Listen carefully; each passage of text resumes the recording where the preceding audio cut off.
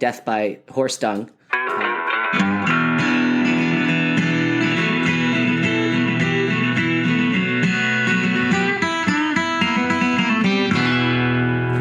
So welcome back to Increments with Ben and Vaden. We are diving back into the philosophy of probability. This is not a super easy subject, but hopefully this conversation is a bit more down to earth than the last one. We spend a lot of time focusing on a real world example of the Future of Humanity Institute and existential risk. And so I think it was a pretty good conversation. Yeah, it was very clarifying for me, honestly. I think it was one of my favorites. But it seems that my favorite episodes are precisely the ones that people aren't very interested in. And the ones I think aren't going to be of interest get the most listens. So I don't know what's going on. I just have terrible judgment, I guess. Yeah, both you and I have terrible taste in podcasts, I guess. Terrible taste in our own topics of conversation. But cool. Yeah, nothing else to say on my side. Let's do it. Nice.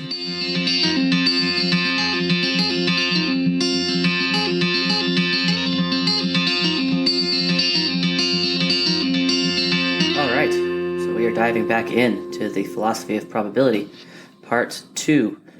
Ben, do you want to perhaps kick it off by describing what we talked about last time?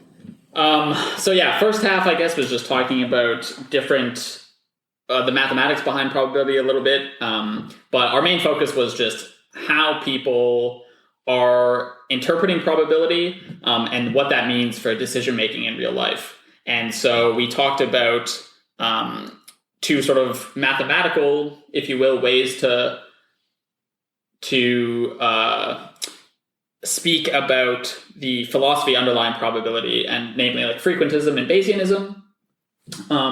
And then we talked about how this Bayesian, like a Bayesian approach to probability, how that undergirds Bayesian epistemology in general. And then we sort of explored what you perceive as the drawbacks to Bayesian epistemology.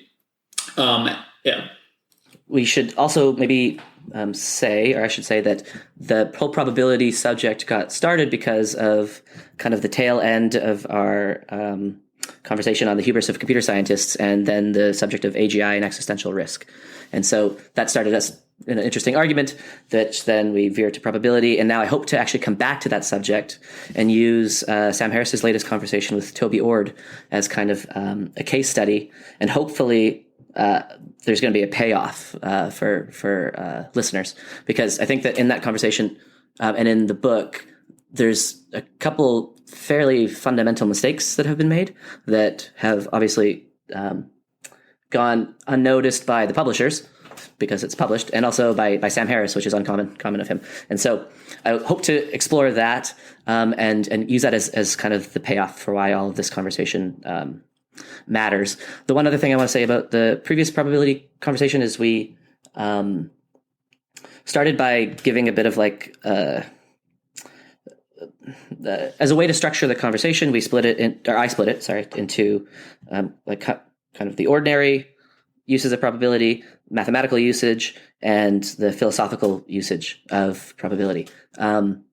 That is by no means a definitive taxonomy. It was more just a loose way to structure the conversation, because most of my, peers in machine learning focus extensively on the mathematics and don't focus as much on the philosophy. But the philosophy side, I think, is of utmost importance when we are trying to understand what these equations mean. But I guess I just want to add to that there's all sorts of areas of this subject that we didn't touch. For example, how to use probability in, say, statistical modeling, or how is probability used in information theory. And there's a huge range of subjects that we didn't touch and we probably won't touch. And so I just wanted to indicate that taxonomy was just a way to guide the conversation, and by no means a definitive. These are the three and only three ways to look at the subject. So with that, so what are your thoughts, Ben? So you've been thinking about it for a little while. There's a number of areas you want to push me on. So perhaps we could start there and then move towards the book, The Precipice, as kind of the... Yeah, perfect. So let's just try and pick off, I guess, where the last conversation ended, and then fill in the gaps as needed. So stop me as soon as I say something that you think we should explain. But so at the end, I think we were talking about two different methodologies of arriving at truth. One is a Bayesian methodology in which an agent's subjective belief is put at the forefront. So how a reasoning process might look on this view is an agent has some prior belief about a situation. Evidence is presented to her, and she updates her belief according to this mathematical accounting identity known as Bayes' rule. And in this way, her beliefs evolve like a probability distribution over time and hopefully converge on something correct. And so this is what we'd call Bayesian epistemology. And so when I say it's undergirded by this Bayesian probability, all I mean is that beliefs agents are evolving in accordance with something that looks like Bayes' rule. And so I'm not so much interested in the claim of whether this is actually how our brains are operating on a day-to-day basis. I don't have the expertise, nor do I think that matters that much in terms of like how we should be making decisions. I'm like less interested in that naturalistic argument, but there are people who think this is the way we should be going about our decision making. This should be how we're making decisions. You have identified another strand of thinking and are contrasting this against this methodology of like conjecture and refutation, put forward most famously probably by Karl Popper, in which belief is not at the center of the picture at all. Instead, agents are putting forward hypotheses about how they think the world works, or how some situation looks in reality, and allowing or searching for even evidence to disconfirm these beliefs, hoping that at the end of the day, the best belief or the truest belief is left standing, and that you sort of converge eventually to the best explanation of the situation. And so I guess before we go on, do you think that's a fair summary / gives people the relevant background? Yeah, totally fair. Okay, cool. And so now what I want to do is like pick up one of the examples and investigate it a little more, because it's unclear in my mind right now whether sort of the dichotomy you laid out last time between these two modes of truth-seeking or whether they're as separate as perhaps you painted them to be. So you had given a few excellent examples last time of like why this methodology of like conjecture and criticism was valuable. And so you said, this is what we're doing in conversation always. Someone is speaking and they're proposing some hypothesis. The other person is trying to internalize what they say, and they repeat back to them in their own words what they think the other person's saying. The other person either verifies that, just confirms that, and then we iterate back and forth. The other good example you gave is like when someone's writing code, and so shit's just always breaking. Writing code is just like having shit break constantly, and you don't know what's going on, and then you have to guess at what's broken, and then you verify that guess. So you say, if that was broken, then what would be happening? Oh, this would be happening. That's not happening, so therefore this can't be working. And in this way, you iteratively improve your code and converge upon beautiful true code. And so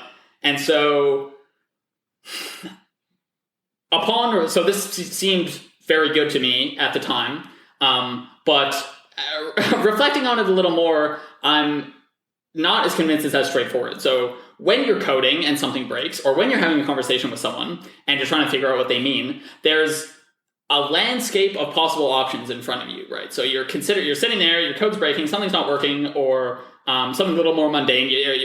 As you mentioned last time, your toilet's broken, and there's a myriad of things that could go wrong. And so you guess one of them, and then you try and verify whether that guess is true.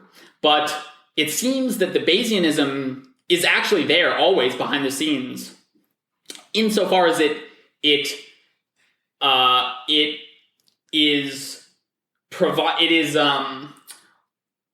laying the foundation for what you think the best guess is. So when I'm coding, something breaks. There could be a bunch of stuff going wrong. One of them could be that someone the NSA is hacked into the system and is just making stuff go wrong on purpose. But that doesn't seem very likely to me. Other things seem much more likely, and those are the ones I check first. So it does seem that at every point in time, I have some subjective belief about which guesses are more likely to be true than other guesses. Not everything is equally likely to my mind, and it's precisely the guesses that I think are more likely that I check first. Probably that I've just like have it, that I've written the for loop to be one too long or something. And so this is where the Bayesianism factors in for me, is in deciding which guess to try and verify. And so I take your point that, of course, when there is a mechanism to provide feedback, we should be trying as many guesses as possible in order to figure out which one is right. But there's still an ordering to which guesses you actually try and have verified or disconfirmed. And it seems that's where the Bayesianism is sneaking in, right? People have these subjective probability distributions, which give them likelihoods over which things are more likely to be true than other things. And it's those guesses that are checking. And so you might say, well, if there's a mechanism to disconfirm guesses or to verify guesses, that ordering doesn't really matter. But I guess my point is, I don't think this dichotomy between falsificationism and Bayesianism is as black and white as it's painted out to be, because Bayesianism sneaks in as necessary, to my mind, when you don't have the mechanism available to immediately disconfirm your hypotheses, right? It's all well and good when you're coding because you can make a guess and then you can check if that guess is true. But in an arena like existential risk, for example, there's no easy way to try and disconfirm your hypothesis, to try and say, is this right? I think this one thing is a really big risk, this one area. I think, pandemics could be a really big risk. There's not really a mechanism by which I can see if that belief holds water or not. And so Bayesianism sneaks in because I still have to try and make decisions in this arena. I can't just say, well, there's no mechanism by which I can try and falsify things, and so I can't try and figure out what's going on. I still have to try and assess, just because I need to act at the end of the day, which things are more likely than other things. And so that's where Bayesianism provides, or that's where it becomes useful to my mind, when it is subjective, but it seems like the best tool we have for trying to figure out what the hell is actually happening and how we should act in the absence of this mechanism that allows us to get feedback in real time. Interesting. Did that spiel make sense at all? Yeah, 100%. So let me see if I can say it back first. Basically, you're saying, I take the coding example point, but there's always going to be a ranked order of guesses you try, and you can't guess everything simultaneously. And so you have to have some ranking, and the ranking is then going to be following the calculus of probability. Is that correct? Or not? Or it's not that it will be. So I'm less interested in these like naturalistic arguments of like what the brain is doing. I'm interested in. Yeah, okay. So I want to catch you there. Do, right? Like it seems to me that it would be proper to try and assign some sort of distribution of which things were most likely, and then by our own lights, try and we first verify the guesses. So I want to try to catch you there, and I think you were. I'm on guard. Aware of me trying to catch you. So the argument that you can't guess everything at the same time, you have to rank order them. And therefore, that's how Bayesianism creeps in, I would say, is creeping in the assumption that the best way to rank order is with the calculus of probability. Why do I keep saying the calculus of probability rather than just probability? Because I want to continuously remind listeners that we are referring to a small set of algebraic manipulations which are allowed. Sum rule, product rule, sums to one, etc. And Bayesianism claims that the optimal way to do this is, the optimal way to say rank order your guesses is in accordance with these algebraic rules, because it's true that you can't guess everything at the same time, and it's true that you have to have some sort of preference for it. And I guess I would question if that preference must be described using the calculus of probability. I'd say that we can't know for sure, but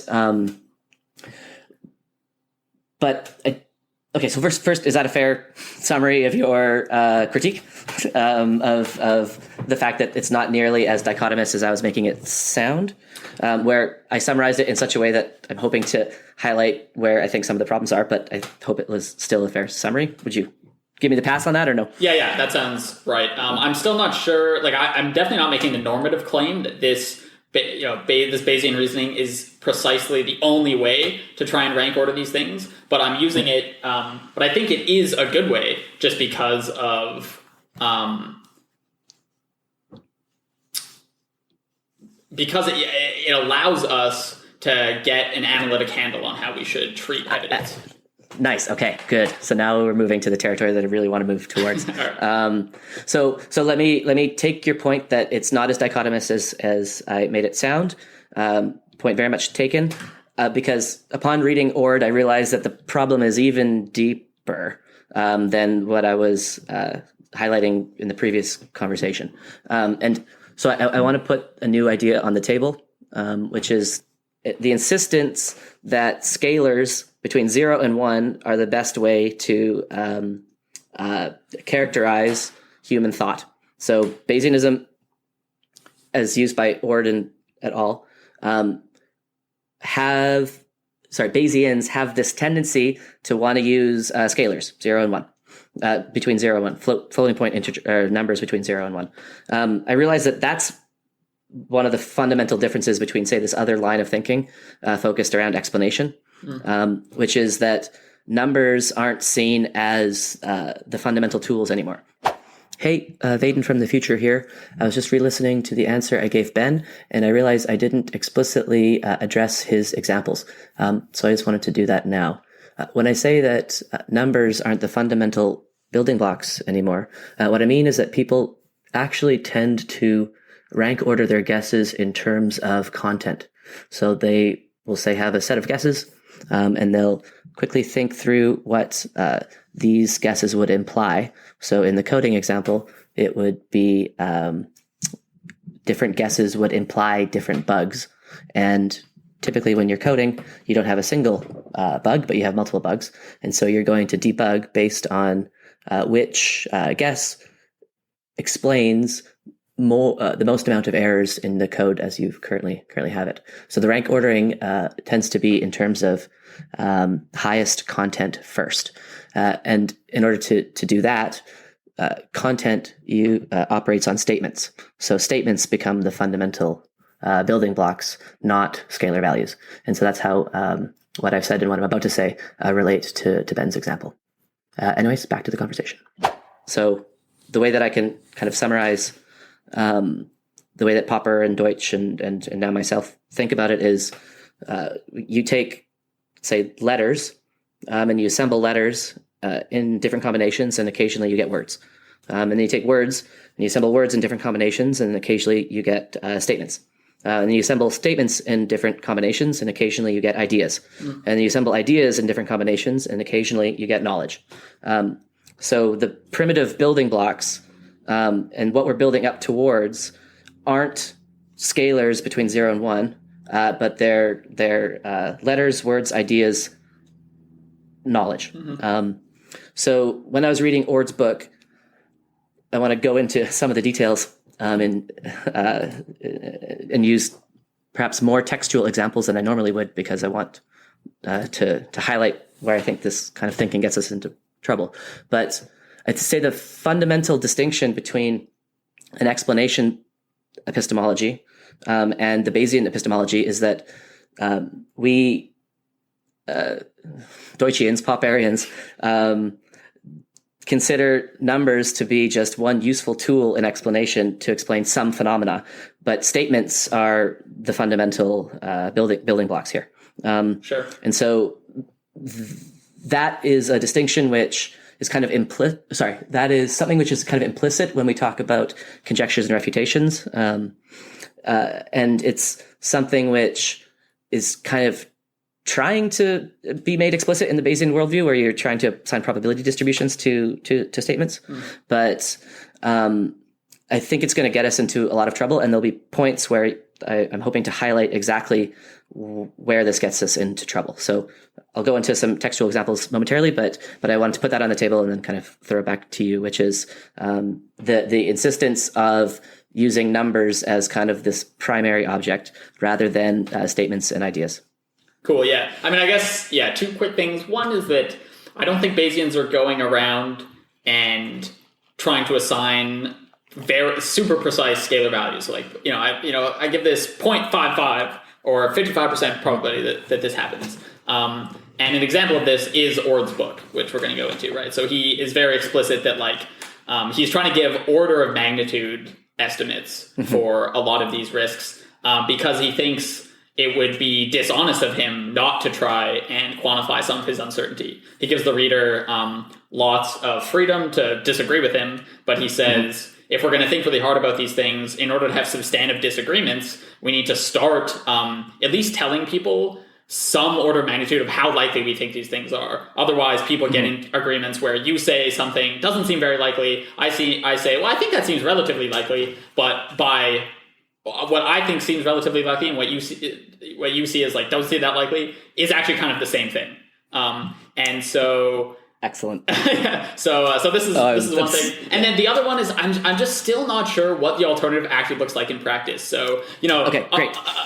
So you're sitting there, you're coding. I have some things that I think are working, some things not working, and so all I mean when you're trying to assign likelihood is that it's something that looks like some sort of Bayesian updating, where it's like, if this was the thing going wrong, these other things would probably also be going wrong. So that seems pretty unlikely. Whereas this option seems much more likely. Then I try that.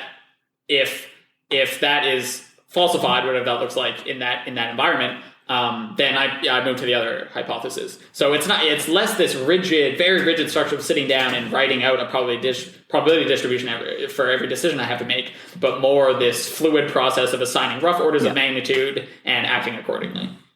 Excellent. Okay, great. So what I need to do in the duration of this conversation is provide a specific example of two alternatives, basically, because I've given kind of nebulous hypotheticals, but I haven't shown a specific, here's what I don't like, and here's what I do like.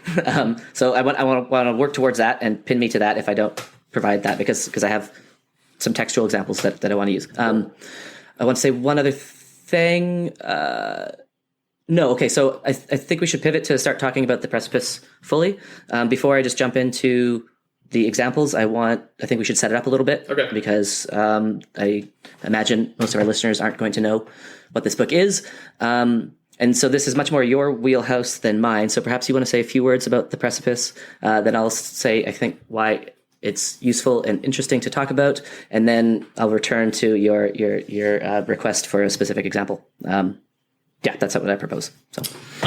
So cool. Maybe the best way to do this is just to talk about the EA community in general and then focus in on the Precipice and Toby Ord in particular. So the EA community is just this group of people who think it's important to try and do as much good in the world as possible. And I'm not going to try and give a full-fledged introduction to the movement, but one of the sort of ethical principles undergirding a lot of the movement is this notion of impartiality. So I think we talked about this a little bit in the second episode. So most people are familiar with the notion of spatial impartiality, in which we probably shouldn't prioritize morally someone just because they're close to us.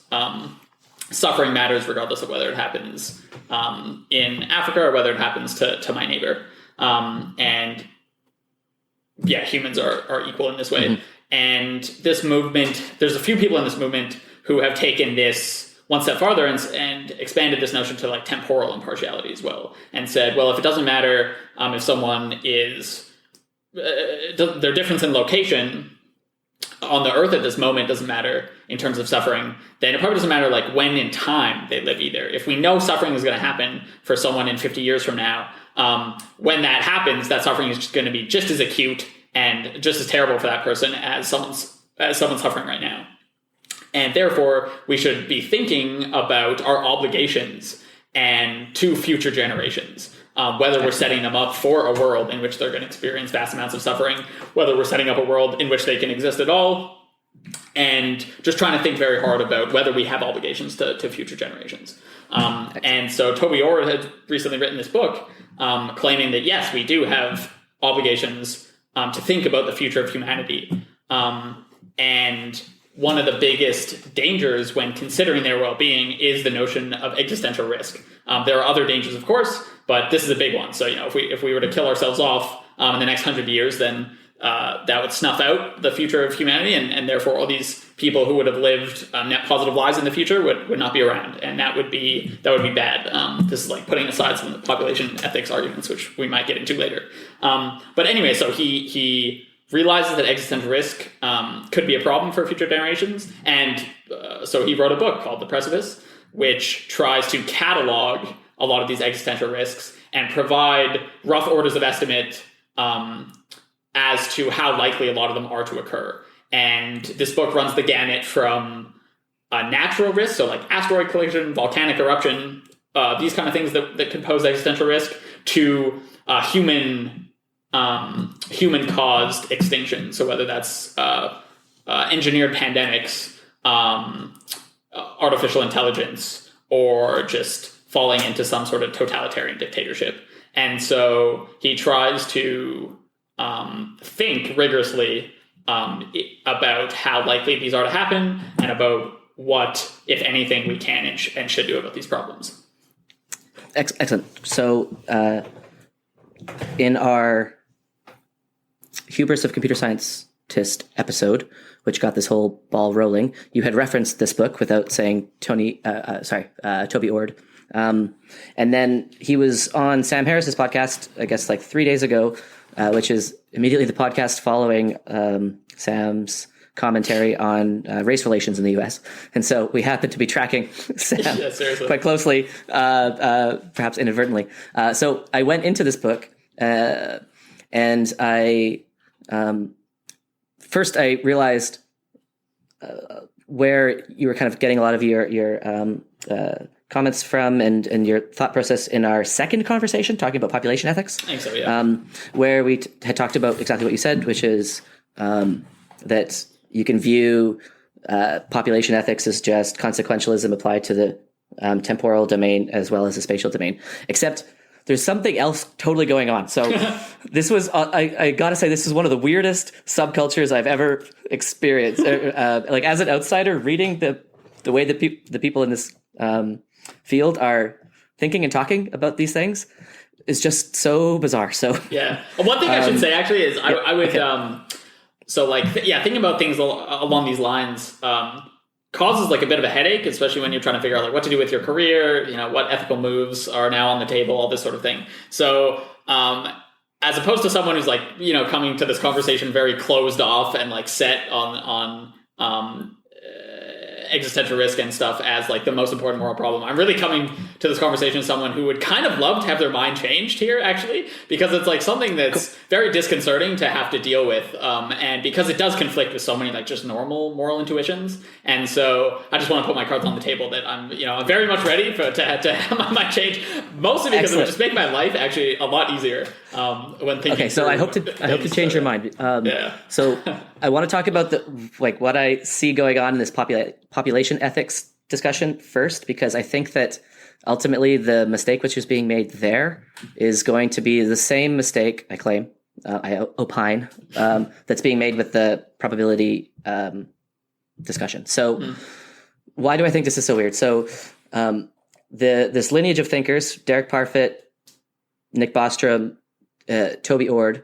So Derek Parfit started this whole idea of population ethics, and it's not just consequentialism, because they're trying to assign again scalars to the amount of well-being or like utility points. They're trying to put numbers onto this, and the analogy between the spatial dimension and the temporal one is a false analogy because people in the future don't exist.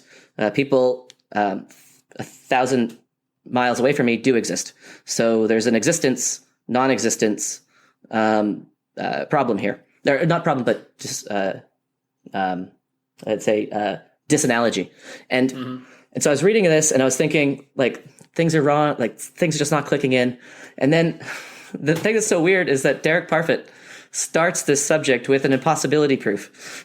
So the repugnant conclusion is basically an impossibility theorem, which says that if you're going to compare and equate an infinite population of people who don't exist with a finite population of people who do exist, you're always going to run into problems. And so the reason I think it's so weird is like when you have an impossibility theorem, or so listeners can Google either no-go theorems or proofs of impossibility, then it indicates that there's a fundamental assumption, there's a project the fundamental assumption in your project is wrong somewhere. So it would be like if Einstein came out with his impossibility theorem that you can't travel faster than the speed of light, then all physicists dedicated their life to working on reasons why you can travel faster than the speed of light. Derek Parfit came up with an impossibility proof that says you can't equate things this way, and you can't just add utility points from the future and weigh against the utility points of people in the present, because you're always going to come up with conclusions that are repugnant. And rather than all of the philosophers in this field saying, okay, great, let's move on and work on something else, they all throw their hands up and start trying to figure out ways to get around this impossibility proof. No, I think it would be like so let me add one more example and then tell me where you think I'm going wrong. Sure. But again, like, I'm not calling it an impossibility theorem. Toby Ord called it an impossibility theorem. And he said there's a celebrated impossibility theorem. And it's like if mathematics departments all were focused on the problem of how do you show that 2 is actually not an irrational number, given that we know that 2 is an irrational number, I don't get it. So once you have an impossibility theorem, then you find out that it's impossible. It's so this move that keeps reoccurring, at least in this book, is this like it's an attitude of what we're doing is impossible, but it's so important that we have to do it anyway. And I don't get this. So I want to stop there to see if if you can correct anything that I've said. But that's what I've noticed, and that's something which I think is going to be a reoccurring mistake that runs through the rest of the book. Yeah, so cool. I'll stop there. Yeah, this is good. Okay, so people at home, they're sitting there. If they're not familiar with like mathematics or impossibility theorems in general, they're sitting there thinking, like, what the fuck's an impossibility theorem when it comes to like human value and stuff? And so what this means is an impossibility theorem looks something like the following: you encode behavior that you think people should have, or rational beliefs that you think people should have, into axioms, into formal mathematical axioms. So this might look like, for example, in the rationality axioms, one of them is that belief should not be, or should be transitive. So if you prefer A to B, and you prefer C to B, you should prefer C to A. And so the thing should not be circular in this way. And so you take what you think should be very sort of mundane, normal axioms of either morality or rationality, and then mathematically you explore the consequences thereof. And so it's true that when you try and codify everything about this view into in a mathematically rigorous way, you get an impossibility theorem, which in the case of utilitarianism looks like the repugnant conclusion. And I should say that this actually applies to utilitarianism in general, and not just this temporal aspect. Can I add one thing? So let's not use the word utilitarianism, because I think that it might be unclear to some listeners. But let's instead say this applies anytime you try to assign a scalar value to human well-being. Because, and then the field of population ethics tries to assign scalar values to people a billion years in the future as well, and says that they're the same. So because the future is unbounded, you have essentially, you're weighing off an infinite number of people who don't exist with a finite number of people who do exist. And I'm going to keep focusing on the use of numbers here, because again, in the Popperian view, that's not primitive. What's primitive are arguments and ideas. So I'm going to keep hounding on that, because that's going to come back later. But yeah. So okay. What I see. Oh, no, sorry. Continue your thoughts. Okay. So what I see is Derek Parfit starts this field of population ethics with a impossibility theorem, and then everyone says, "Okay, great. Let's try to work on the impossible for the next 40 years." And is that incorrect of me to say this? Because I think to a certain extent, yes. So okay. Two things are going on. One, so the result of the impossibility theorem in this case takes a very specific form. Namely, it takes the form of the repugnant conclusion, which is not in a logical impossibility. What it is just it counters our moral intuitions. So our ape brains are saying, this doesn't seem right, and therefore we label this impossible. So one thing, it's not... to call it in a possibility theorem is sort of like a trick of the language. What it's saying is like, oh, this really contradicts our moral intuitions, and it feels very iffy, and so therefore we're going to say it's wrong. So that's the first thing. It's not like logical impossibility. It's just like sort of seems morally impermissible. So let me add one thing, which is that just so it's super clear, I'm not calling this an impossibility theorem. Toby Ord calls it an impossibility result. And the whole point of population ethics is to kind of find some moral rule which we can use to make decisions. Yeah. And if every moral rule leads us to some decision we find repugnant, then it makes the field of population ethics impossible in this sense. At least that's my reading of what Ord says. Right. So it's to invalidate the project. Right. Okay. So let me give. So this is good. So the next thing I wanted to say was that the impossibility theorem applies not only to like Parfit's view in this case. It actually applies to every way you try and codify the axioms of every way you try to apply scalar values to human well-being. Sure. Yeah, exactly. And so now the question is, okay, so it applies to everything, right? So do you just give up this project? And some people would say yes, but so I'll get the analogy is Arrow's theorem. So when so there's also a famous impossibility theorem that has to do with like democracy and decision making.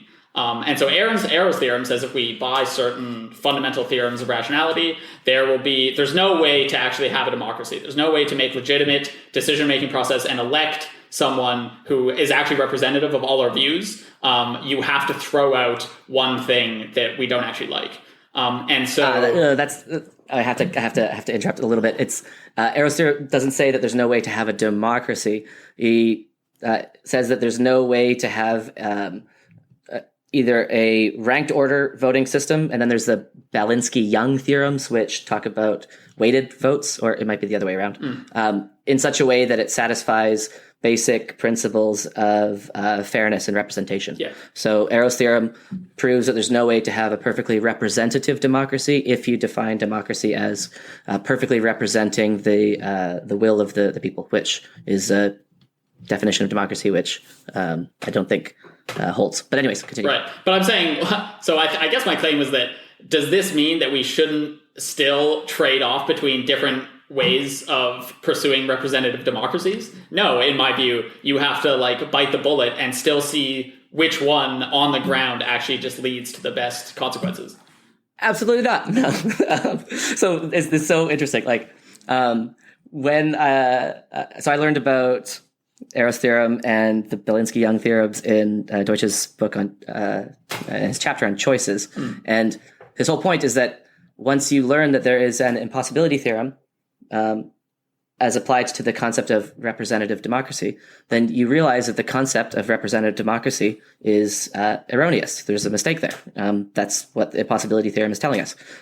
So instead, you start to think about what is democracy actually for, and that leads you down the road of finding out that democracy is about being able to remove leaders without violence and continue to make progress through this mechanism. But you don't just bite the bullet on an impossibility theorem. You update. You realize that we need to change our fundamental assumptions. The second example is this whole problem of induction thing, which is the philosophers realize that it's impossible to induce general laws from specific instances. So there's no way to see 100,000 white swans and then induce this general principle of all swans are white, or it's impossible to see 100 examples of bowling balls falling and accelerating at a particular rate and then induce a general law of like Newtonian's laws of motion.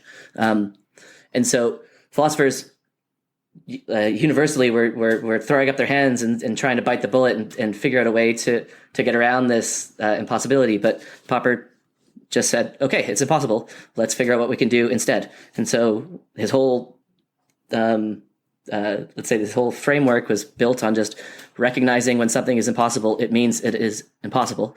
And assuming you buy the changing. actions. Assuming you think, yes, in the case of population ethics, that rationality can be encoded into like transitivity. Well, so in the case of in the case of population ethics, I would say that the hidden assumption, which isn't explicitly made, is that we can assign scalar values to represent human well-being. I'm going to argue later that we want to give up this idea because it's impossible, and instead talk about ethics in terms of arguments about what is the best way to proceed given our current knowledge, etc. But so let me just finish this one thought on induction, which is that Popper just said, okay, it's impossible. We can never know anything to be true. But we can induce falsity. That is not violating any principles of logic, and hence his whole theoretical framework of refutation being the primitive thing. And so this tendency of biting the bullet on an impossibility is, I think, one of the mistakes which runs through this whole line of thinking. So maybe you should finish your kind of response, but I wanted to add that, and then I'm going to go somewhere with this eventually. But go ahead. Yeah, no, that's good. I guess just the last thought is like, well, it's intuition at the end of the day. So whether you come up with so if you don't bite the bullet on the impossibility theorem, then you have to figure out another way of looking at population ethics. Maybe this is intuitively more pleasing, but it's still an open question of like, is this intuitively more pleasing than biting the bullet of one of the conclusions of a specific paradigm in population ethics? Is it more intuitively pleasing than the repugnant conclusion or something? And so I guess it comes down to intuition at the end of the day. And I think most moral frameworks lead to, if you like carry them out in their full logic, lead to conclusions which don't seem correct to our ape-like brains, which evolved in groups of 50 to 60 people. And so is it a surprise that when you try and codify some systems of morality that it leads to odd conclusions? I'm not sure. But I'm skeptical of like throwing out an entire mode of thinking just because it seems unintuitive to us. Totally fair. I think that this. So I think in a previous conversation, I talked about how David Deutsch was against foundationalism, right? Foundationalism is the idea that you can find some bedrock foundational principle upon which to make all decisions. Yeah. And there is no such foundational principle. There is no such bedrock of knowledge. Everything is open to updating and to error correction. Yeah. And this is perfectly congruent with the idea that sometimes you want to consider the future, but other times it makes no sense. Like, so in Ord's book, he like the whole project seems to be first population ethics. We want to consider the future to be as important or important with some discount rate, but because there's an infinite number of them, then that doesn't work as the present. Hence the focus on existential risk. But then later he celebrates the invention of the contraception pill, which I too am in favor of. But if you are again, if you equate the future people with the present people, contraception is just getting rid of a whole bunch of the future people, and so it's completely contradictory, or at least he's doing his best, but he's trying to find some foundational principle when we know that this is impossible, and all we can ever do is argue and reason through what we currently know. And so, okay, well, I think that one example is very disingenuous. I think because what he's concerned about is like well-being and how we should think about the well-being of humans and animals that can suffer. And he thinks that we should be taking into account the well-being of people who may not yet exist. And so, I don't want to get into the whole contraceptive debate, but sure. Yeah. To argue that everyone should just be like having as many kids as possible probably does a lot to the average, to the average well-being or something. Of course. And so, yeah. I don't think it's not black and white thinking of just like more people in the future is better. It's trying to figure out how we can have the most flourishing over time as possible. So I guess I should back up and say that there's a lot in The Precipice that I liked. It's a book that I think everyone should read. So I'm only criticizing some of it because I think it's a worthy target. It's an important book from a smart author who is really puts forth some interesting ideas. But so that's just the first thing. I'm not shitting on the entire book. I'm just criticizing some pieces of it.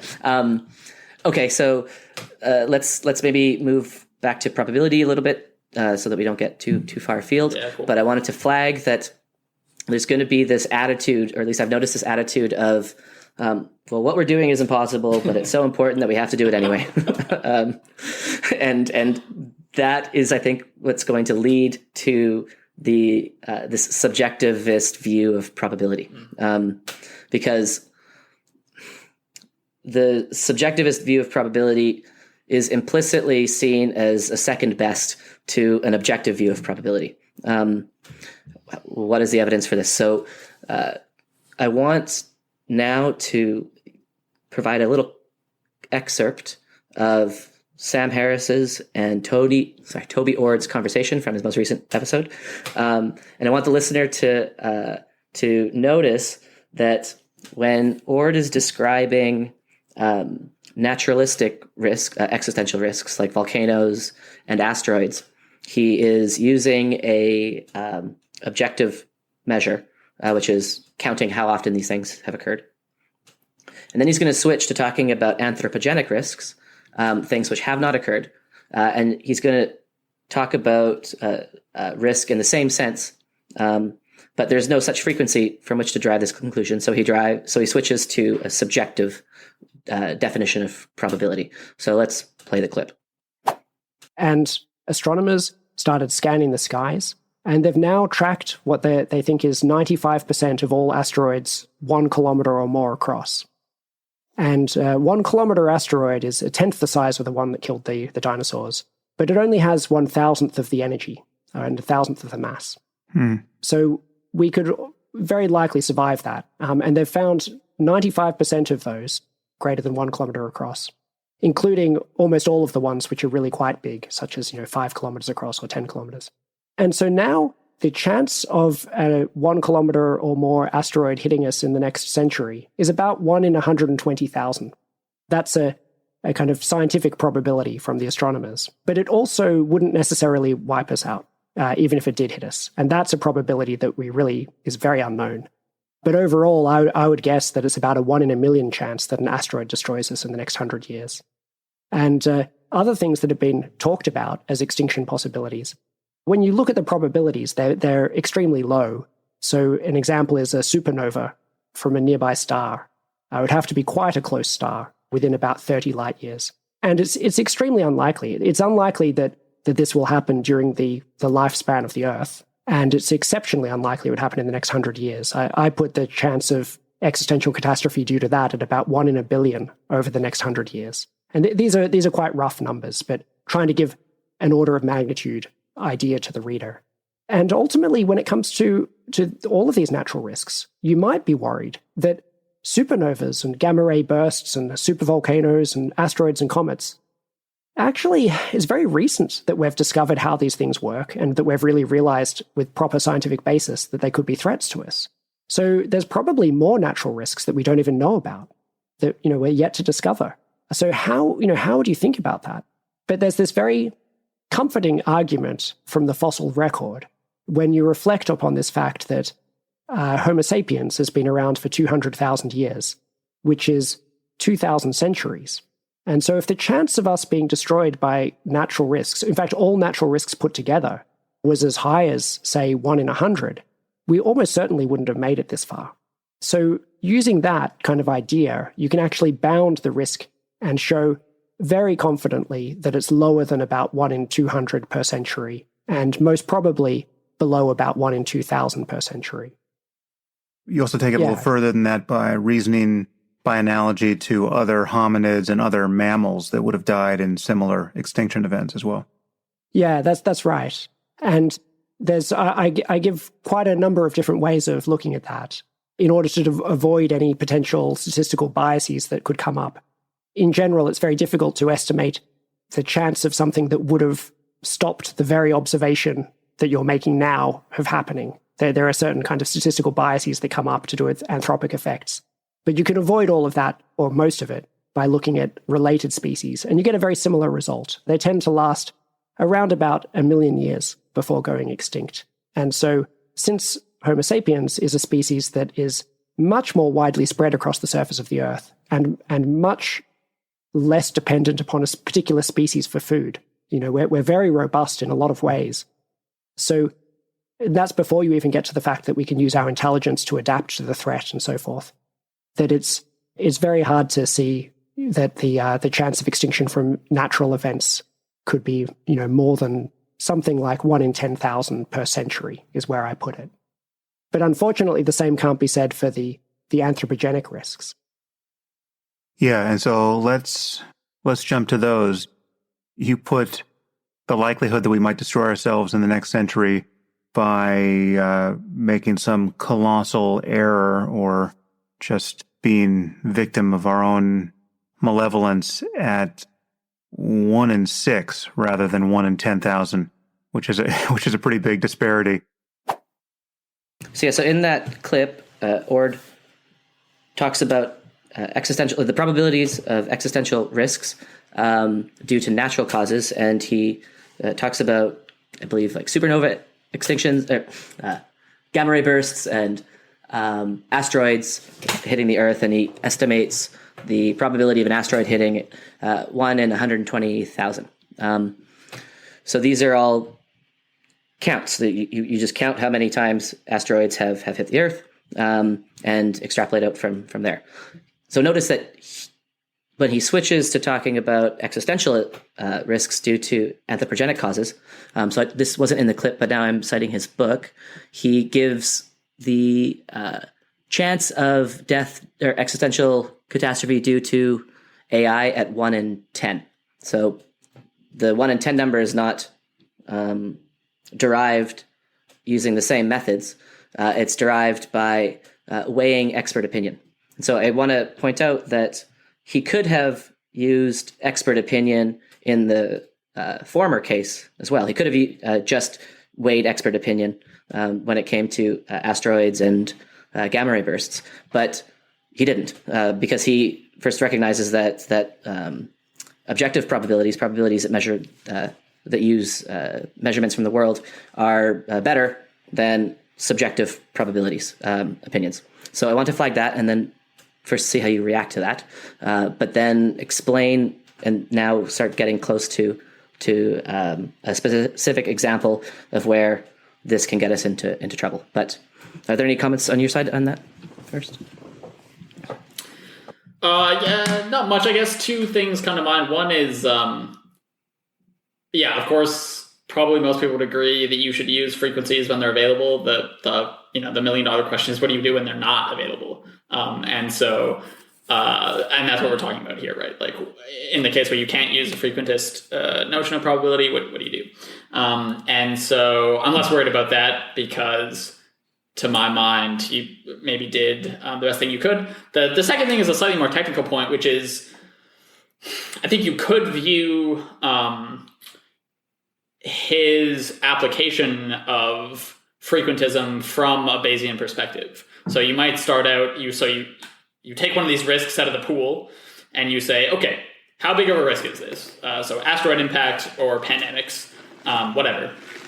You take this risk and you say, okay, what evidence is available to me to start updating updating my prior? Maybe your prior starts at 50-50, whatever. In the case of something that is a natural risk, you have a lot of evidence to suggest that in this case, the likelihood is like pretty low. And so in the language of the Bayesian, you start conditioning on that evidence and you arrive at this like very low probability.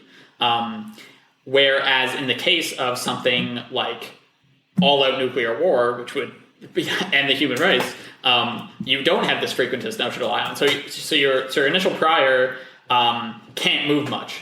And so, if you don't have super good reason at the beginning to like lower your prior from its original position of say like 50-50, then you can't go many more places. And so that sort of elevates it as having this heightened concern precisely because it's so uncertain. And so part of the estimation here is bundling in the uncertainty of like, look, we just don't know how much of a risk transformative AI could be or a nuclear winter could be. And therefore, we should be very concerned about it precisely because there's so much uncertainty and precisely because we can't rely on historical data to inform us about the risk. Yeah. Agree that there is a lot of uncertainty, and agree that we actually can't know much about the future, specifically when the future depends on the production of human knowledge and what humans decide to do. So what's a good example? You could imagine people looking at population trends in, say, the 1800s and roughly calculating the number of horses that would be required to move people around, and then come up with some risk of like death by horse dung, because they didn't know that in a couple generations there's going to be an entirely new technology developed called cars, which invalidate all such risk assessments. Yeah. And so what I see is a wall of unknown that can't be broken through by scalar values from what we call to experts. So let me start reading a bit from the text, because I think this is where we start, where I can provide a hopefully an example of an alternative. So this is Ord talking about how he arrived at the probability 1 in 10 when it comes to death or extinction due to artificial intelligence. So this is his quote. So a common approach to estimating the chance of an unprecedented event with earth-shaking consequences is to take a skeptical stance, to start with an extremely small probability and only raise it when there is a large amount of evidence. But I disagree. Instead, I think the right method is to start with a probability that reflects our overall impressions and then adjust this in light of scientific evidence. When there is a lot of evidence, the approaches converge. When there isn't, the starting points can matter. So in the case of artificial intelligence, everyone agrees the evidence and arguments are far from watertight. But the question is, where does this leave us? Very roughly, my approach is to start with the overall view of the expert community that there is something like a 1 in 2 chance that AI agents are capable of outperforming humans in almost every task. And conditional on that happening, we shouldn't be shocked if these agents that outperform us across the board were to inherit our future. Okay, so he starts with a 1 in 2 chance. So where does he get this 1 in 2? He presumably asks a bunch of experts what their credences are, their scalar values are, and then averages them.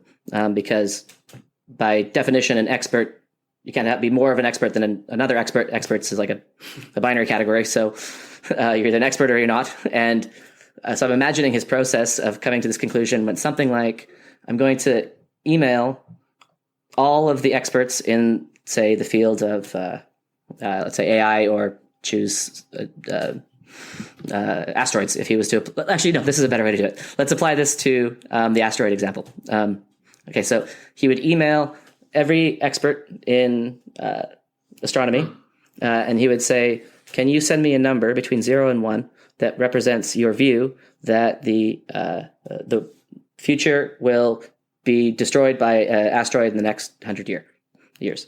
And then he's going to receive, like, I don't know, a couple hundred emails, and they'll just have numbers in it. 0.3, 0.9, 0.4, 0.3, and then he'll average them all up, and then that's his credence. This is what he's essentially saying.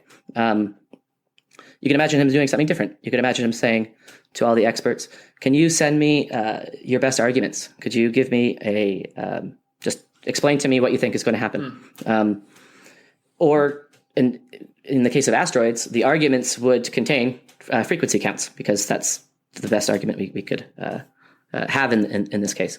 I want to contrast the way that he argues in favor of extinction by artificial intelligence against how Václav Smil argues that that's preposterous. So Václav Smil is a thinker who I respect quite a lot. He also wrote a book on global catastrophes called Global Catastrophes and Trends in the Next 50 Years.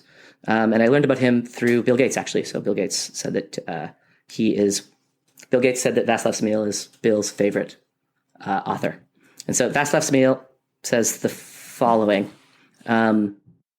So he's describing the process by which a super intelligent computer would be able to self-replicate. And so he says, and while computers have been used for many years to write software and to assemble other computers and machines, such deployments do not indicate any imminent self-reproduction capabilities, because all these processes require human actions to initiate them, raw materials to build the hardware, and above all, energy to run them. I find it hard to visualize how these machines would launch, integrate, and sustain an entirely independent resource exploration, resource extraction, resource conversion, and resource delivery of the requisite energies, end quote. So he's providing an argument. He's thinking about the logical consequences of the statement AIs will take over the world. What would be what that would imply? One thing that it would imply is that robots would have to be able to mine the raw resources in order to build themselves up. And then he's finding upon deriving such logical consequences that it leads to an absurdity, or at least something that's far less likely than the initial statement. And this is at least one example of what I'm talking about. You can look at Steven Pinker's book as well, which he says that the simulation argument would require, it kind of rests on two assumptions. One is that human beings are so smart as to be able to make super intelligent robots, but so dumb as to not include a value alignment module. And also that the robots would be so smart as to be able to turn everybody into paper clips, to use Bostrom's analogy, but then so dumb as to misunderstand that this isn't what human beings wanted. Again, these are arguments. These are not just, I've surveyed experts and come up with scalars and look at my scalar. It's coming up with a set of implications and what these implications tell us about the world. And this is what Ord does in the majority of his book, and that's why it's a full-length book of interesting thoughts. It's statements and ideas and conclusions that can be drawn from these statements.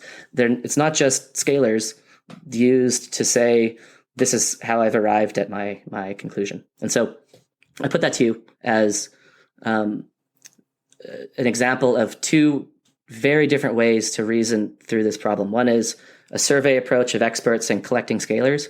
and then you can call these scalars probabilities, but you're just collecting little numbers.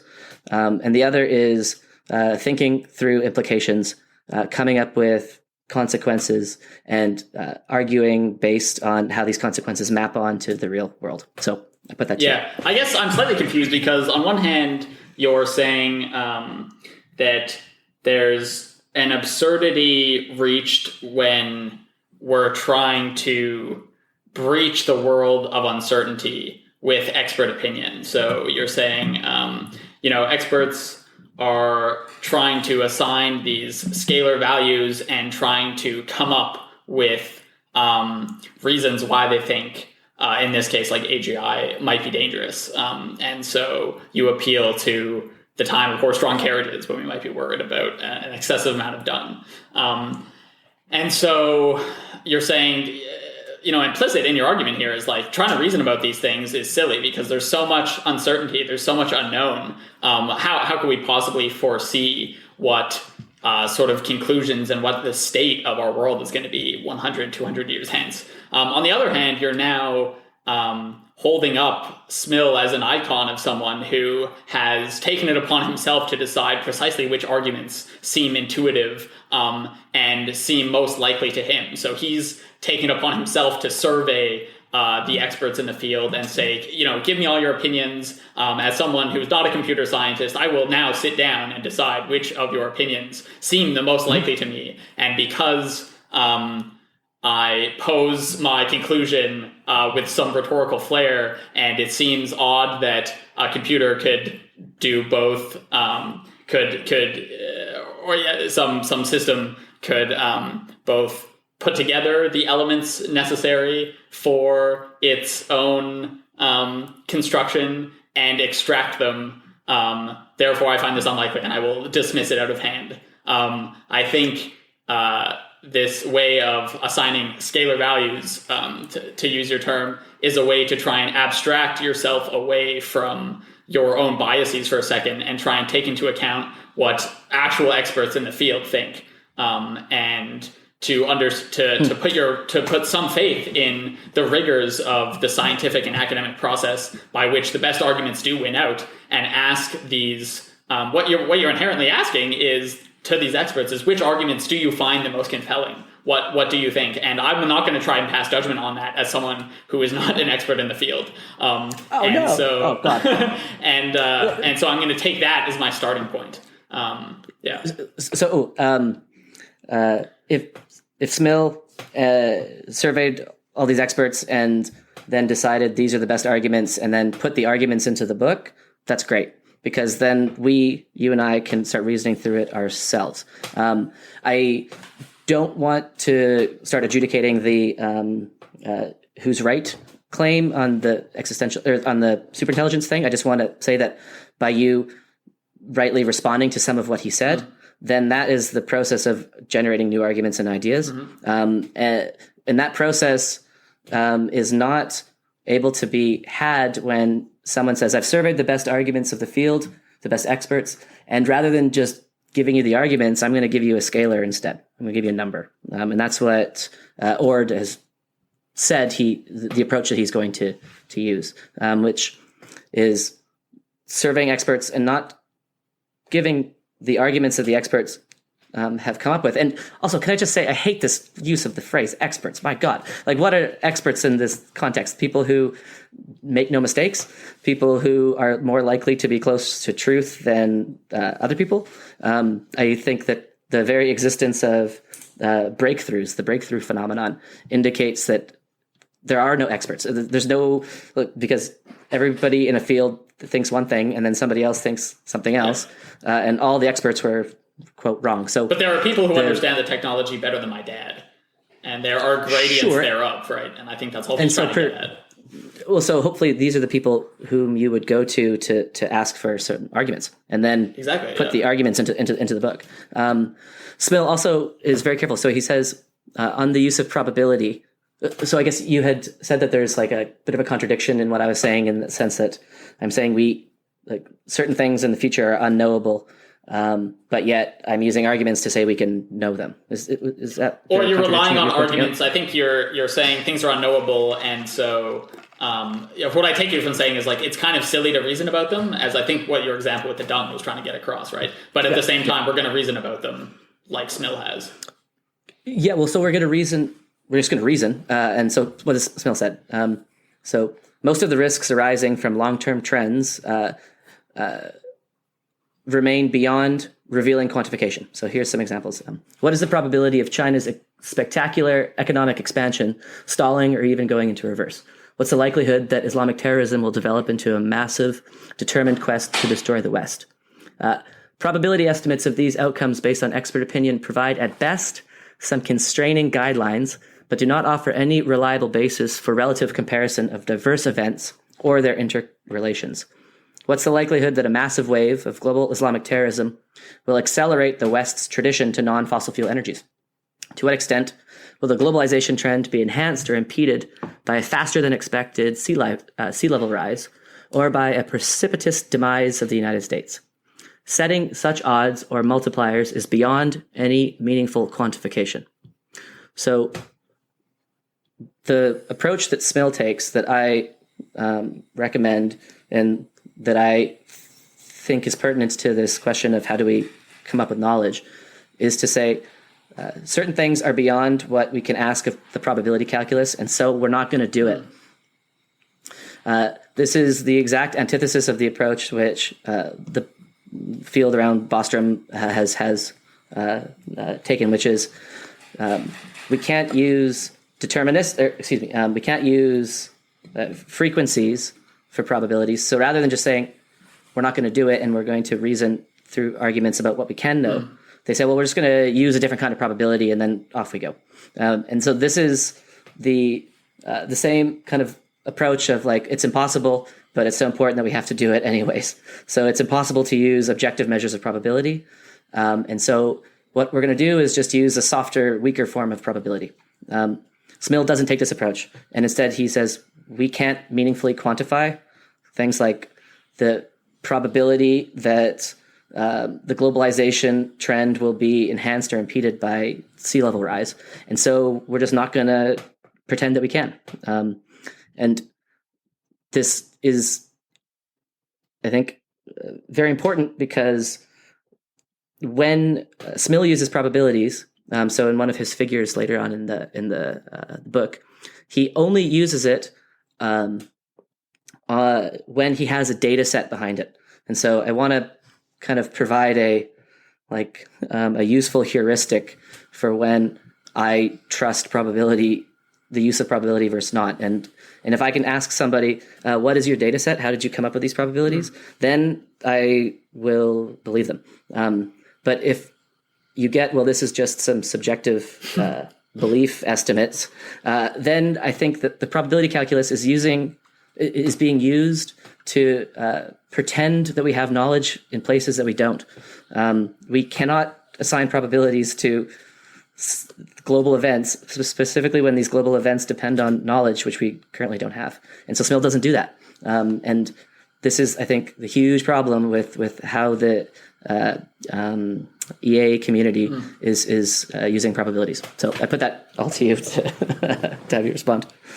Yeah, I'm sympathetic with the critique, and I think there is this overemphasis on trying to quantify belief, uncertainty, all these things, and then wrap it under some single number that we call the probability, and then we talk about our credences and stuff. I guess I'm still not sold on the alternative precisely, or at least I'm not sold that we can make meaningful actions based on it. So what does someone do if they're trying to assess the risk of nuclear war, for example? So you talk to people who have some sort of foothold in this world, whether they're historians, political scientists, sitting presidents, whatever, and you ask them for their best arguments as to why or why not, in their opinion, the world will erupt in the next 100 years or so in the fire and chaos of a nuclear war, or we will continue global disarmament.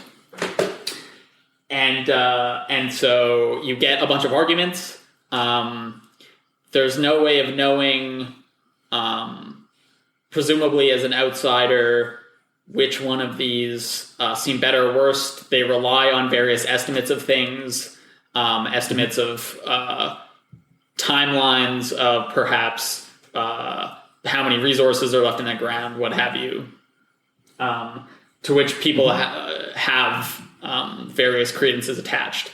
But and then at the end of the day, you just go, well, this seems like the best explanation, so we're going with this puppy. And that's the end of the conversation. Yes. I guess I'm not... No, God, no. It's the best explanation is all we have. The alternative is pretending we have information that we don't. So the other thing that I think this whole conversation misses is, so let's use nuclear war as an example. The thing which caused the nuke to be dropped isn't nuclear weapons, it's fascism. The thing that caused World War I to happen wasn't just that there was a lot of machine guns everywhere. It was ideas of nationalism, of the valorization of violence, the modernism, Germany modernizing quite quickly, and the primary thing which causes these existential risks are ideas. They're ideas of Islamic terrorism and the confrontation with the West. The value of the Precipice, I think, lies almost entirely in its Appendix F, where it gives a number of very specific, concrete policy proposals, which can be taken to mitigate, let's say, nuclear accidents. But the real existential risks which are going to be facing us in the next century are the same existential risks which faced us in the previous ones, and that's the conflict of ideas. It wasn't nukes that caused communism; it's communism that caused nukes, and then the anti-communist ideology as well caused nukes. We cannot know what the next set of ideas are going to be. A specific example is I'm really excited for the development of translation technology. I think all this focus on superintelligence is just red herring. It's a waste of time. But if we think about in, let's say, 10 years, there will be the ability to have instant translation between, say, English and Mandarin. And what kind of ideas are going to be coming out of this when you can drop me into Shanghai and I can have conversations with people who I formerly would not have been able to have conversations with? We can't know. This is what Popper talks about in The Poverty of Historicism, that we cannot make these predictions about the future.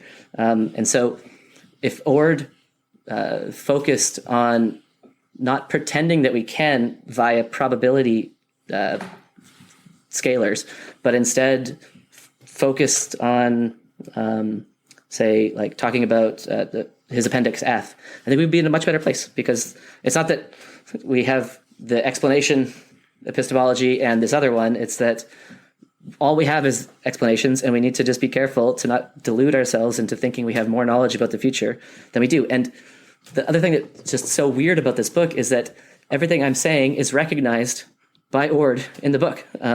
He talks about how the risk assessments can be changed immediately given new knowledge. He talks about this in footnotes. He gave an example of like an elevator, like the risk assessment with an elevator falling, but then if you learn that the cable actually isn't broken, then it changes your risk assessment. And so all of this is understood and written about by Ord, but then kind of just sloughed aside as, well, it's impossible, but we have to fucking do it anyways. And I find this to be so weird. He knows that it's impossible. His field is built on an impossibility theorem, but that they continue to try to do it. And I don't understand this tendency, I guess. So yeah, interesting. I guess, okay, well, the final thing, I guess, is just we have limited resources, and the way we deploy these resources is often zero sum. We deploy them towards project A, they don't get deployed towards project B. And so it seems to me you have to reason about which projects are the most pressing, are the most important. And quantification is just a way to provide some sort of framework to this process. It's a way by which to just say, roughly, this seems like we should dedicate approximately like 4 times as many resources to this project than this project. And so it's false authority is what it is. If someone, like, I'm a PhD student in artificial intelligence, I would never in 1,000 years call myself an expert. But when people talk about experts in the abstract, they tend to think about people who have PhDs. You could ask me, Vaden, what is your credence that AI is going to take over the world in the next 100 years? And I could give you a number, but the number that I give you is not going to be some objective measure of the data. It's going to be a measure of this feeling of certainty I have. That's all that we're learning from this. We know how biased human beings are. We know how the brain is filled with all sorts of irrationalities. And any number you get isn't measuring anything about the world. It's basically saying, of all the opinions you have, with each opinion, you have this subjective feeling of certainty. And you know roughly what that feeling is when it's at its most extreme, and you know roughly what that feeling is when it's at its least extreme. And I want you to tell me 0 to 100, how certain are you feeling right now? It's just a feeling. I'm just getting some number that indicates a feeling.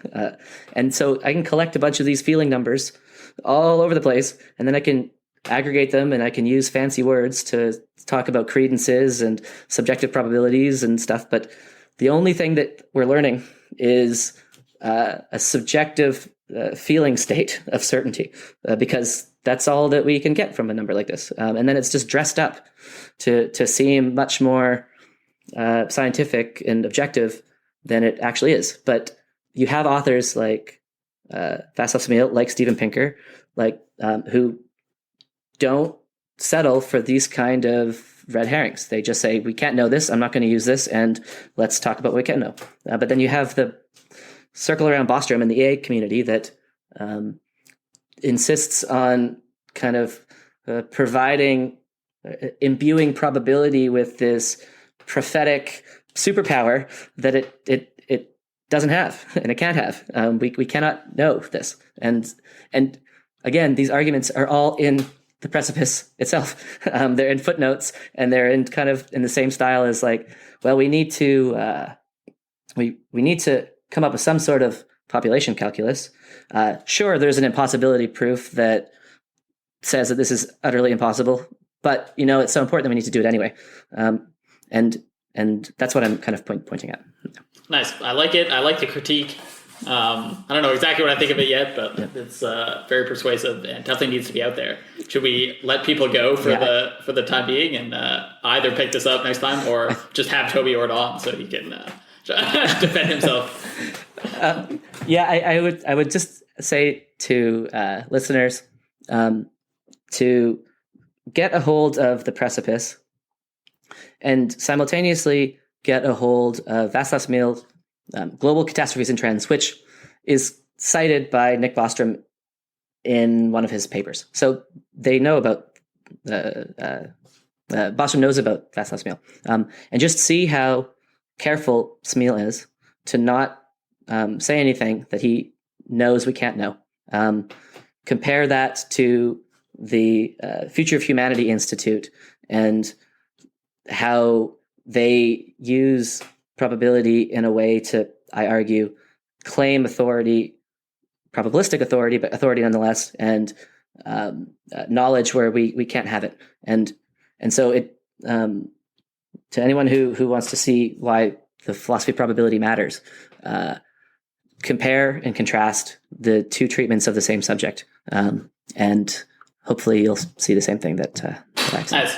Actually, I have one final question for you, which is, maybe this will just go the appendix of the podcast, whatever the hell that looks like.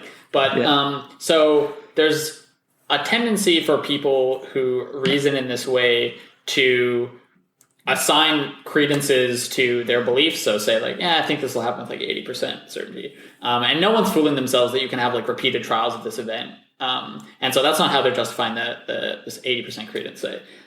Where it typically comes from is looking at their own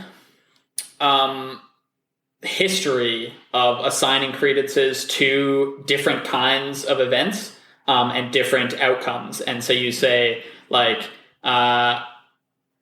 what was my 95% confidence interval or something for this.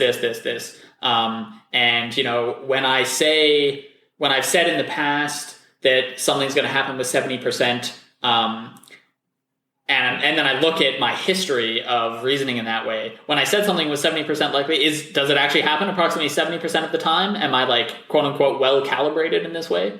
And so what you're trying to do is drum up a history of your personal predictions in order to like lend legitimacy to any predictions you're making for these one-off events. I'm just curious about your take on whether that kind of reasoning starts to tickle your frequentist bone, or whether you just find it dressed up Bayesianism that is also incoherent. Well, so are you referring to Scott Alexander's blog post? Well, just like the whole sort of community that is about these. So I guess when people say my credence is 75%, I put this on the same status as if someone said, if I asked you, Ben, on a scale of 1 to 10, how sure are you feeling right now? You would give me a number, and that number would be valuable, but it would be a valuable measure of the psychological feeling of assuredness. And then we can do this 100,000 times and get a sense of how accurate your own self-judgment is on your subjective feeling of certainty. And that's fine. That's useful to know, but I would much rather say, Ben, like, what's the best argument you've ever heard on this subject? Because arguments, statements are objective, and I then have the tools to analyze them myself, and we can think about them together. We can reason through what the consequences of this would be. But I'm just getting a scalar which tells me your subjective feeling of certainty, and that can be valuable in some sense. But other times it's not, and that's it. I see. What you really hate is this black box that is this number that you can't reason about. Like people are just giving you this package that has this scalar value written on it, and you want to be able to like investigate and evaluate the actual thought process which has led to this number.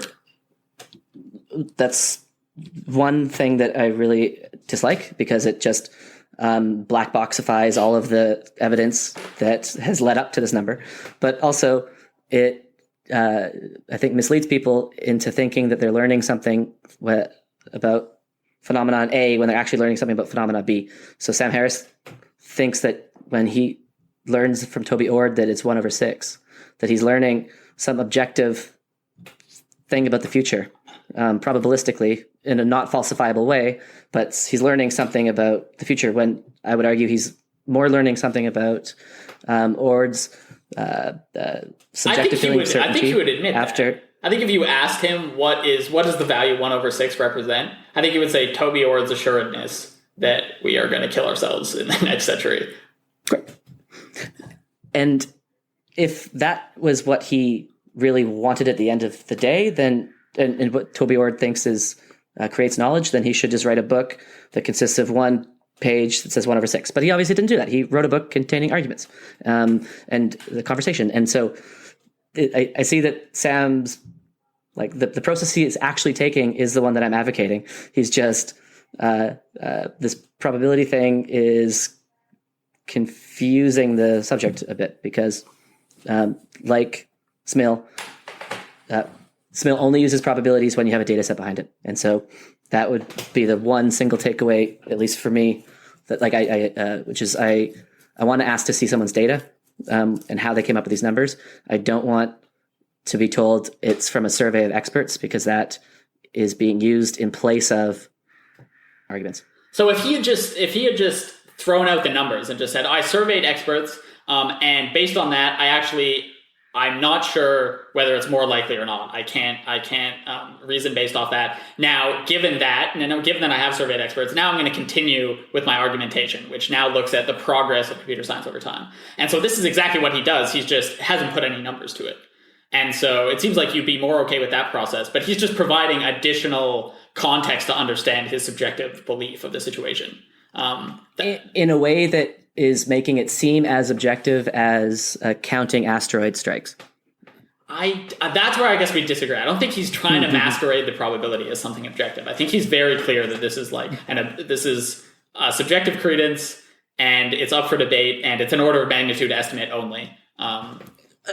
Agree. So agree that he isn't doing this intentionally, but by using the word probability instead of using some other word, that is, I think, at best accidentally misleading people. I see. It's not like he says it all over the place that we're only talking about subjective probabilities because we can't possibly know any objective numbers here. And then he goes in very in a lot of detail, as does Bostrom, like doing probabilistic algebra and trying to come up with conclusions that can be drawn from these numbers. And we're, at the end of the day, just coming up with algebra to manipulate people's subjective confidence feeling, right? Which is not something that I personally am interested in. I'm interested more in holy shit, a whole bunch of biological labs have leaked their experiments. Notable laboratory escapes. So that is a really valuable part of his book, where he talks about these, these arguments, and I can actually do something about that. But I can't do anything about just manipulating psychological belief states. And so the best and the most valuable part of his book is when he stops playing these probability games. Again, not intentionally, just because I would argue it's just a mistake. And instead focuses on specific things we do know, and operational steps we can take, actionable steps we can take to address it. Yeah, that's fair. Okay, I guess. Yeah, I mean, I definitely agree that once you start manipulating these credences as if they were the numbers, that you start taking the Lebesgue measure of this stuff and then applying the central limit theorem. Like, obviously, that's a problem. I'm not sure how much that's actually done, but agreed that that's taking it a step too far and sort of forgetting where the numbers were derived from in the first place. But I do think. So I totally take your point that, like, subjective belief masquerading under the name probability is a problem. It's just like a language game that we need to put an end to right now. We need to say, like, okay, we need to make we need to have a public service announcement where every radio station broadcasts at the same time. These are different phenomenon, and we need to have some differentiation in our language. Like, totally, point taken. I guess I'm just not as critical as people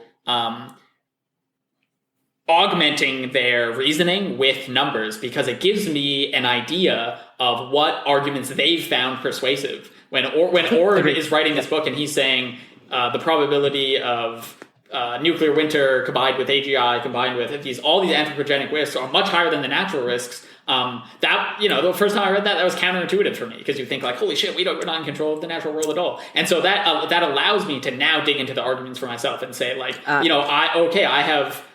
There's someone who's very smart, who's thought about this a lot, who has, like, a completely different order of magnitude estimates for how big of a problem anthropogenic risks are compared to natural risks. And now I have some intellectual work to do to figure out, like, what I'm doing here. And so, yeah. I know we said we'd sign off, but I know. Let's just do it the same. So let's keep going a little bit.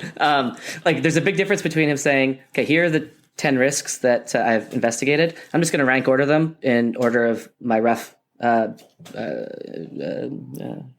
belief in importance. That's fine. And saying that there is a 1 in 10 chance of artificial intelligence destroying us and a 1 in 200 chance of biological weapons destroying us, because that starts to give us some sense of, like, if you have $100, we should allocate much more of it to AI than to biological terrorism. Say, when, again, I would argue we can't know that. So even with all the caveats he puts on it, which is, this is subjective, these numbers are rough, proxies, they're only order of magnitude. At the end of the day, he's still giving a probability value, which I think is imbued with much more significance than it should be. And he does this with good intentions. Of course, he's like he's a smart author who's trying his best to prevent the world from imploding. But I think he just needs to be much more careful about using numbers like this. When people have a budget of $100 million, they're going to put much more of it to AI than to biological terrorism, than to et cetera, et cetera. When really he should say, we don't really know, and we should perhaps divvy it equally. Or here's the best arguments for my rank ordering. And policymakers shouldn't look at my numbers, but here's the best arguments in favor of these various existential risks. And let's get the reasoning process going. Let's criticize my arguments. Like, do you find holes here and here? Okay, with these holes, we can now change the shuffle a bit. But it's a black box, and like you said, and that's a huge problem. And this is epistemology in action, because he's claiming that we have knowledge in places that we don't have knowledge in. Yeah. Okay. I mean, okay. Sorry. Yeah, sure. Let's not. I mean, you keep saying it's a black box, but then you say no because the book is actually based around argumentation. It's just that he does this with numbers, so it's actually not a black box. He's letting you into his mind about what is giving you these numbers, and then there's totally an open question of was he too fine-grained in his assignment of these numbers? Should he have just said this is rough, everything that is one half to 1/1,000 in his mind? Maybe he should have just collapsed those and been there's no good way of actually discriminating between these because it would take too much predictive power that we don't have. And that's totally a fair criticism. You're just you shouldn't have gone. There should be no distinction between 1/6 and 1/200 and even 1/1,000. There could be a difference between 1/1,000 and 1/10 billion, fine. But and so that's a fair criticism. But I mean, I just don't think he's reasoning as a black box. I don't think he's replacing arguments with numbers. Agree. So let's say that he's using both methods, I don't know what we call let's say the Popperian approach and the Bayesian approach. He's using both methods. He's using one without realizing it, and the other one he's using when he shouldn't be. So the best parts of his book is when he's not arguing in this manner, and the fact that he's inadvertently arguing in the manner which I'm advocating. It just means that he should be doing much more of the former and much less of the latter. And yeah, that's good. That's super valuable. I'm persuaded by your critique. All right. Well, that was a good good discussion. Nice. And cheers, man. I don't know any.